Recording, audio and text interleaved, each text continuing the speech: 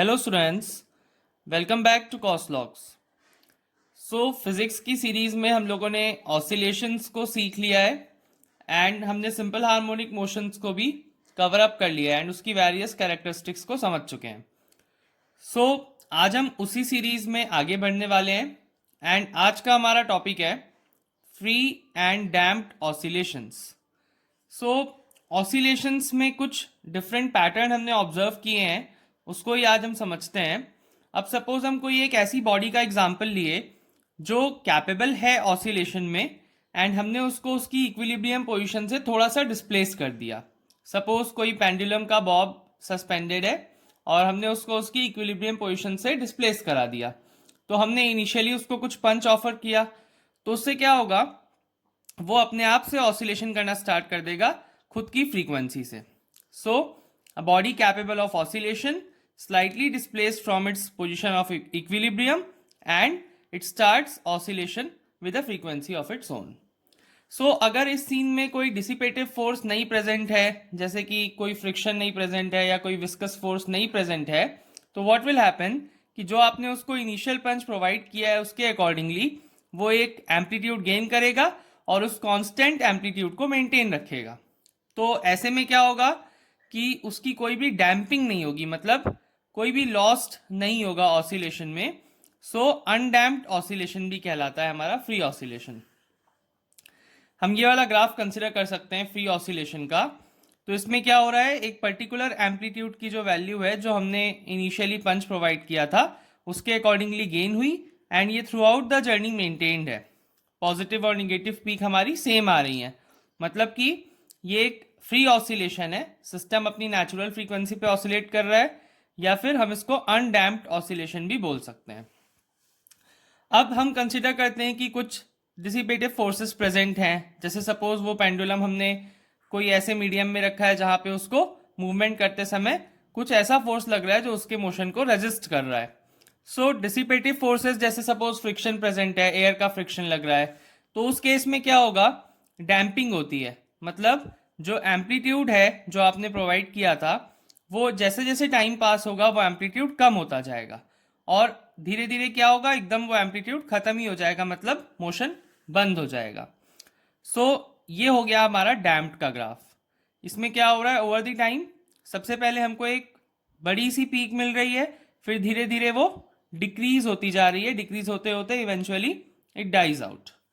इसको हम एक एग्जांपल से समझ सकते हैं। Suppose in a class full of students, teacher ने सब बच्चों को अच्छे से पढ़ाई करने के लिए बोला। उसमें कुछ बच्चे ऐसे होते हैं जो नेचुरली सुन लेते हैं बात को और पढ़ाई को स्टार्ट कर देते हैं, मतलब वो फिर अपनी नेचुरल फ्रीक्वेंसी से पढ़ाई को स्टार्ट कर देते हैं and through out the year वो अच्छे से पढ़ाई करते हैं। तो वो हो गया हमारा ये वाला ग्राफ कि उन्होंने टीचर के बोलने से एक पर्टिकुलर पंच गेन किया और वो एक एम्पलीट्यूड गेन करके साल भर उसको पढ़ाई में अपनी एनर्जी को इन्वेस्ट कर रहे हैं। ठीक है, अब नेक्स्ट जो हमारा डैम्प्ड वाला है, तो कुछ बच्चे होते हैं ऐसे,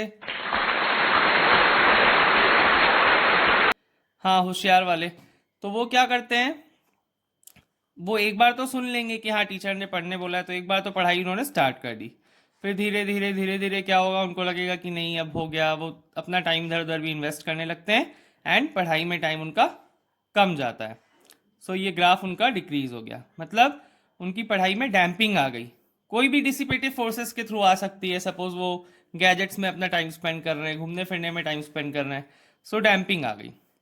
over the passage of time क्या हो रहा है, उनका एम्पलीट्यूड डिक्रीज होता जा रहा है एंड ये वाला ग्राफ हमें ऑब्टेन होगा। यहाँ पे अब पेरेंट्स का रोल है। सपोज पेरेंट्स ने अलग से उनको एनर्जी प्रोवाइड करी, पेरेंट्स को पता है कि जो उनका बच्चा है वो ऐसा वाला काम करता है, मतलब धीरे धीरे उसकी पढ़ाई डिक्रीज होने जा रही है, तो उन्होंने अलग से उसको एनर्जी प्रोवाइड करी एंड जो यहाँ पे डिक्रीज हो रहा था वो उन्होंने मेंटेन किया। तो उससे क्या होगा कि एक्सटर्नल सोर्स के थ्रू हम लोग एम्पलीट्यूड को मेंटेन कर रहे हैं, या फिर हम ये कह सकते हैं कि जो डिसिपेटिव फोर्सेस ने जो एनर्जी को लॉस किया था वो हम लोग एक्सटर्नली एनर्जी को प्रोवाइड करा रहे हैं एंड उस मोशन को हम मेंटेन करा रहे हैं, मतलब एम्पलीट्यूड को मेंटेन कर रहे हैं। तो उस केस में नेम भी उसका वही होता है, एक ऑसिलेशन होता है, maintained oscillation.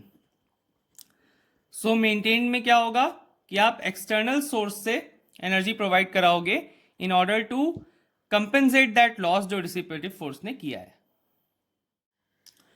So let's start with forced and resonant oscillations. So ये दो स्पेशल ऑसिलेशंस हैं जिनको और हमें समझना होगा.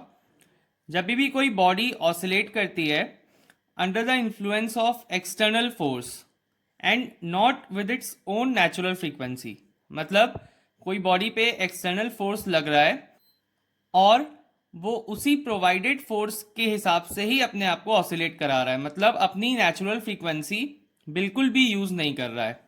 सो उस केस में क्या होगा, body will gain frequency of external periodic force and जो ऑसिलेशंस उसको प्रोवाइड हो रहे हैं बॉडी को, वो बाहर से प्रोवाइड हो रहे हैं, वो खुद का कुछ भी यूज नहीं कर रहा है. So that is forced oscillations. अब इस पर्टिकुलर ऑसिलेशन को समझने के लिए हमें एक ऐसे बच्चे का एग्जांपल लेना होगा जो बहुत ज्यादा नोटोरियस होते हैं. Carry him up. I said terrorist. Who did? Okay, Shut up! I want to be a teacher. Ah! Miss! Okay, I want to be You want to be a terrorist, teacher, right? teacher. No, terrorist. Okay, terror. Yes, इसी type के. सो ये बच्चों में calibre होता है पढ़ाई करने का, बट वो बिल्कुल भी पढ़ाई खुद से नहीं करते हैं. सो वो अपने टीचर्स के इन्फ्लुएंस में या पेरेंट्स के इन्फ्लुएंस में फोर्सिंगली पढ़ाई करते हैं, मतलब वो अपनी नेचुरल फ्रीक्वेंसी को बिल्कुल भी यूज़ नहीं कर रहे हैं, सिर्फ टीचर जितना फोर्स कर रहा है उसके हिसाब से वो ऑसिलेट कर रहे हैं या उसके हिसाब से पढ़ाई कर रहे हैं. सो इसमें क्या होता है कि एक स्पेशल कंडीशन ऑकर करती है, और उस कंडीशन में क्या होता है कि जो हमारा ऑसिलेटर है वो रिस्पॉन्ड करता है, और वैसे में क्या होता है कि जो उसकी नेचुरल फ्रीक्वेंसी है ऑसिलेटर की और जो सिस्टम प्रोवाइड कर रहा था वो मैच कर जाती है.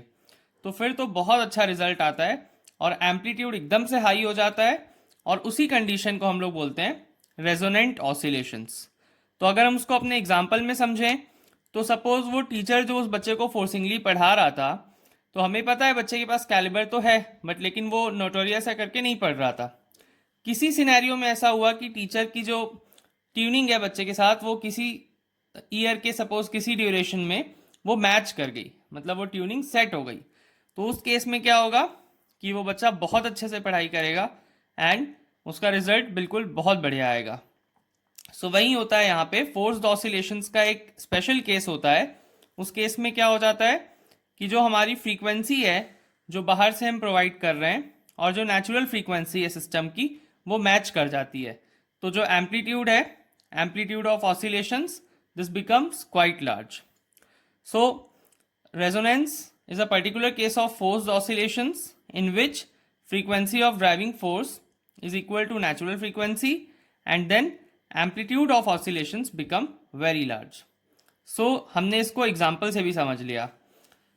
इसको अगर हम डेली लाइफ एग्जाम्पल में देखें तो कभी कभी ऐसा फिनोमेना ऑकर होता है कि कोई बिल्डिंग के पास से एयरक्राफ्ट निकल रहा है एंड बिल्डिंग के जो विंडो पेन्स होते हैं वो शैटर हो सकते हैं. ऐसा कब होता है, जब एयरक्राफ्ट का इंजन कुछ साउंड वेव्स भेजता है, उसकी फ्रीक्वेंसी और जो विंडो की नेचुरल खुद की फ्रीक्वेंसी अगर वो मैच कर गई तो वहाँ पे एम्पलीट्यूड काफ़ी ज़्यादा हो जाता है ऑसिलेशंस का और विंडो पेन ब्रेक हो सकते हैं. सो आई होप आपने रेजोनेंस ऑसिलेशन को मेरे एग्जाम्पल से लिंक कर लिया होगा और उसका डेली लाइफ एग्जाम्पल भी समझ में आ गया होगा एंड आपको डैम्प्ड ऑसिलेशंस भी क्लियर होंगे. इसमें कोई भी डाउट है तो आप कमेंट कर सकते हैं. चैनल पे नए हैं तो ऐसे ही अमेजिंग कंटेंट के लिए सब्सक्राइब कर लें and please share my video also.